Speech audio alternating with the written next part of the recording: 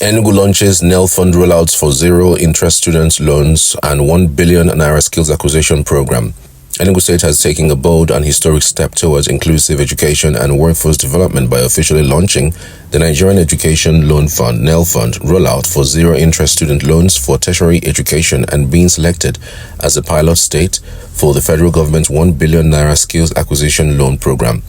The two-day strategic engagement, spearheaded by Honorable Arinze Chilo-Offiah, Special Advisor to the Governor on MSMEs and Digital Economy, and Director General of the Enugu SME Center, with support from Dr. Chinyere Onyishi, the Special Advisor to the Governor on Education Innovation, representing the Honorable Commissioner for Education, and NELFUND, a key initiative of President Bola Ahmed Tinubu's Renewed Hope program, brought together key education stakeholders, government officials, traditional leaders, and community representatives to align on policy, infrastructure, and implementation.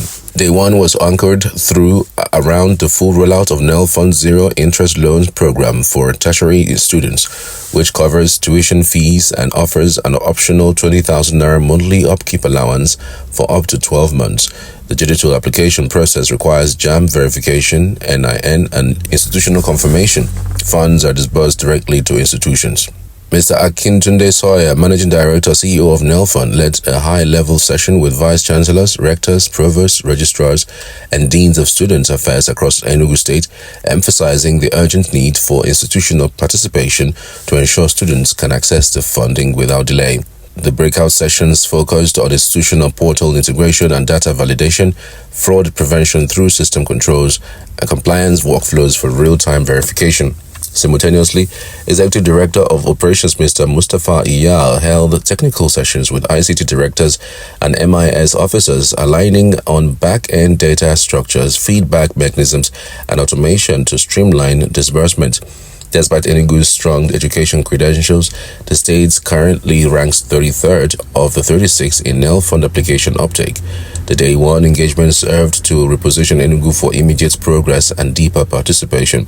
Traditional rulers, local government chairpersons, and education leaders engaged in an interactive Q&A session, raising concerns on application delays, age limitations, feedback gaps, and part-time students' eligibility. NELFUND assures participants of improvements, including dashboards, alerts, USSD rollouts, and institutional dashboards. Day 2 spotlighted Enugu's readiness to implement the newly introduced 1 billion naira skills acquisition loan program, a federal intervention designed to fund non-academic learning pathways in high-demand sectors such as fashion, tech, renewable energy, animation, digital services, and skilled trades, which aligns with the Enugu State Human Capital Development Loan Program. To demonstrate operational readiness, the NELFUND delegation led by Mr. Mustapha visited 3 key facilities across the state. The cutting-edge co-working and production space offers tailored support for fashion entrepreneurs and trainees with industrial-grade equipment, classrooms, and commercial production capacity. The hub will serve as a flagship site for the fashion-related disbursement under the Skills Loan Program. The team toured the newly revamped GTC, a technical education hub now fully equipped for trades like welding, mechanical work, electrical installation, and construction. The tour was led by Dr. Amaka Ngene, Chairman of the Science, Technical and Vocational Schools Management Board, Enugu State, who showcased the modernized workshops and emphasized the role of GTC in training artisans aligned with the federal skills agenda. At the Enugu State College of Education Technical, the delegation visited the DSES, a smart tech-enabled training facility focused on digital literacy, software engineering, design, and online entrepreneurship. The DSES is part of Enugu's broader strategy to train 50,000 youths annually in digital economy-aligned skills. These tours highlighted Enugu's unique infrastructure advantage and validated its capacity to serve as the national test bed for the skills loan rollout. Outcomes and next steps. At the conclusion of the 2-day engagement, the following next steps were agreed. Full integration of NELFUND into all tertiary institution application and students' finance portals. Establishment of a NELFUND supports WhatsApp group for institutional liaisons. Technical alignment with private universities, ICT academies, and vocational centers.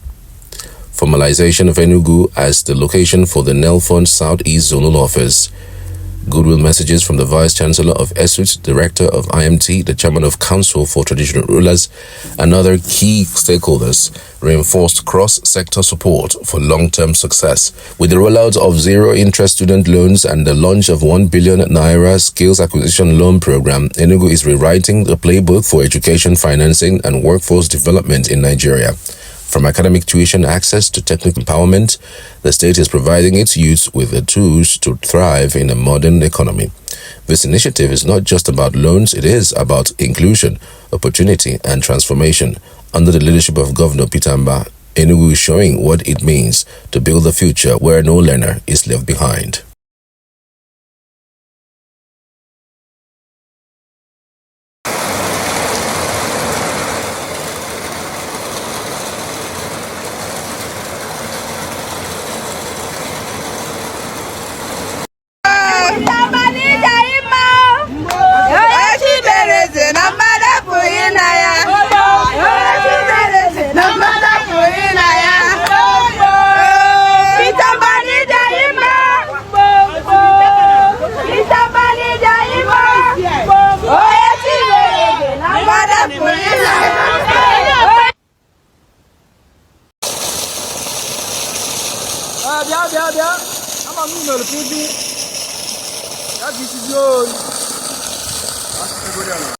The Enugu State government has announced the implementation of its water last mile connection project aimed at ensuring access to public water supply by residents across the city. This was made known in a statement issued on Friday by the Secretary to the State Government, Professor Chinyere. According to the statement, the initiative, spearheaded by the Enugu State Water Corporation, is designed to connect all households in the metropolis to the state's water infrastructure. All landlords, caretakers, and tenants in Enugu are hereby directed to grant unhindered access to officials and accredited agents of the Water Corporation for the purpose of connecting their properties to the water infrastructure, Professor Onyishi said. In a strong warning, the statement also addressed the issue of illegal construction on water utility lines and public rights of way. It reminded residents with structures impeding water infrastructure that such developments contravene state regulations and must not obstruct access to utility corridors.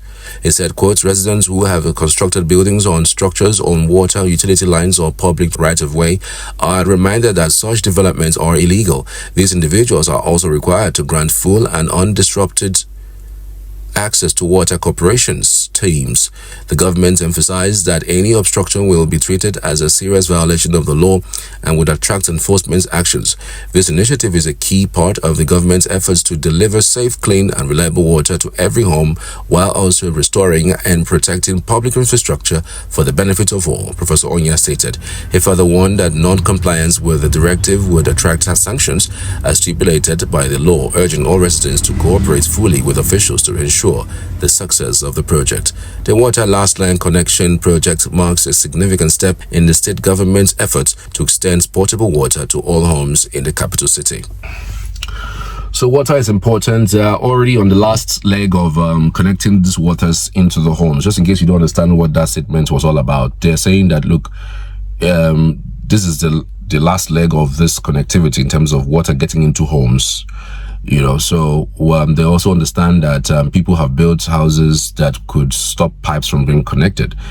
They're also asking for free access, unhindered access, not necessarily free, but unhindered access into people's homes so as to connect water to your homes. Like, the Enugu government has gotten to the point of connecting waters to every single home in Enugu. That is the last leg of that water distribution. You know, the first leg was identifying where the problem is. They were able to identify it. The second was, of course, piping and repiping and removing old pipes and you know, connecting new pipes and then removing the old ones and practically breaking roads, breaking grounds, the things that has never happened before. And now they are now saying that because of the fact they finished all that, it's about time now to connect this water direct into people's homes. And so they're asking, look, please give us access to your homes to connect water into your house. The waters, of course, the water connections would also be metered, so they know how many cubic you use per day, per month, per week, just like what is obtainable everywhere around the world. Even Abuja here even has it. I remember that in one of our properties in Abuja, the water you use is metered, and you get paid. You get a bill at the end of the month, just like you have bill for power. Now it has reduced because people now pay online because it's now digitalized.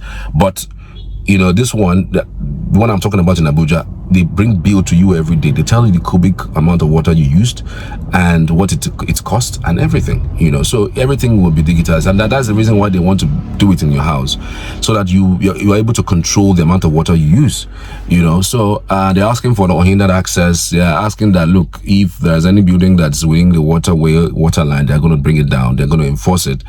So get ready just in case you have those in your lane, because I'm sure that they've marked out all those properties, so they are not able to have hindrance with those connectivities. It's a huge congratulations to Enugu State. Remember that this government, when it came into power in 2023, it says 180 days. So many persons are holding him accountable to that 118 days, 80 days that he asked for. But the truth is, 180 days was not enough to do what he's doing, but we were able to see effort. There's a difference when somebody promises you, oh, I'm going to fix this road, I'm going to provide water to your homes, or provide things, and their first 100 days there's nothing to show that there's anything happening there. Yeah, you start saying to me, well, this guy is joking with us. But in that 180 days, we saw a clearly a governor who actually wanted to do it, even though, yes, it was more than the 180 days. He didn't deliver 180 days. But I'm saying things clearly as it is. The 180 days that was giving was not enough to deliver even the reticulation, even the piping of the repiping of the waterways was not even enough for that. So they were even still fixing the tank in Night Mile. They were still doing all of those things. I remember at that time, they were just showing pictures of, the things that they were able to change. They repainted, they changed a lot of things. It was a huge investment, though. If this government opens its eyes or mouths to tell you the amount of monies that have gone into that investment, you will be stunned. And so sometimes it's not even about the availability of the monies. It's about the doings. You can say, okay, this project will cost 5 billion and you're ready to bring 2.5 billion. It's not going to now, within 2 days, you see it happen. No, it takes process. Somebody has to work on it over and over again before you now start seeing, meaningful success on it. So that is exactly what my only joy is that there's effort. There's effort. You can see it, you can feel it. There's efforts, there's something happening. Where we were with water in 2023, you can't say it is where we are right now. And he was so serious about it that, do you know his special advisor on this water matter is not even in Nigeria? Because there was this huge investment that Enugu attracted from foreign, companies. Yes. It's not a small thing, like they are serious about it. So I'm just praying because the way the governor is thinking, he's thinking too fast.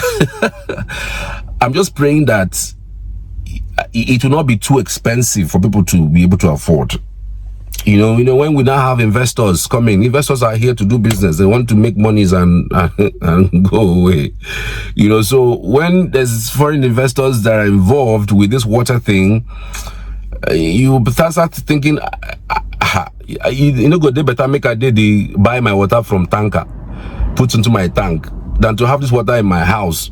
If I have it in my house, I hope one drop will not be costing 2,000. Because the way people are complaining about this tax thing, not be smart, and the thing is, it's actually affecting everything in the market. Because when you tax a shop, usually when they pay tax, they pay tax in a year, you hear things like 24,000, 34,000. But right now, nobody pays, if you're a shop doing business, nobody pays anything less than 120,000, for the same period, and you don't expect somebody to now put that tax and shove it and take it. He will put it in the goods and services. that he's selling to you in order to recoup it. That is the reason why you go to the store, to the market, and buy certain things for cheaper price. Then you go to normal store, and you will be stunned that the differences in the amount that is given.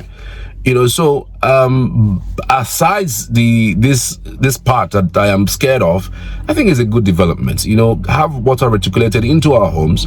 People have also said that they see water not every day, but few times. And also pipes we've seen have been busted. Several pipes in several places have been busted, and they've been replaced. So it's about time for Enugu to be that modern city that everyone is looking for. I mean, you can't say Enugu is a modern city when it doesn't have water running in our homes. I mean, you can't say that. But this is someone who has a foresight and who is really doing well, and it's quite commendable. And we hope that everyone who is in his status and capacity would also emulate from him, and hopefully we would have this all done in due course. And by the way, we are preparing hard and largely for his 2nd year anniversary, which is in just 2 weeks' time. Thank you for watching. I truly appreciate you. See you on the next one.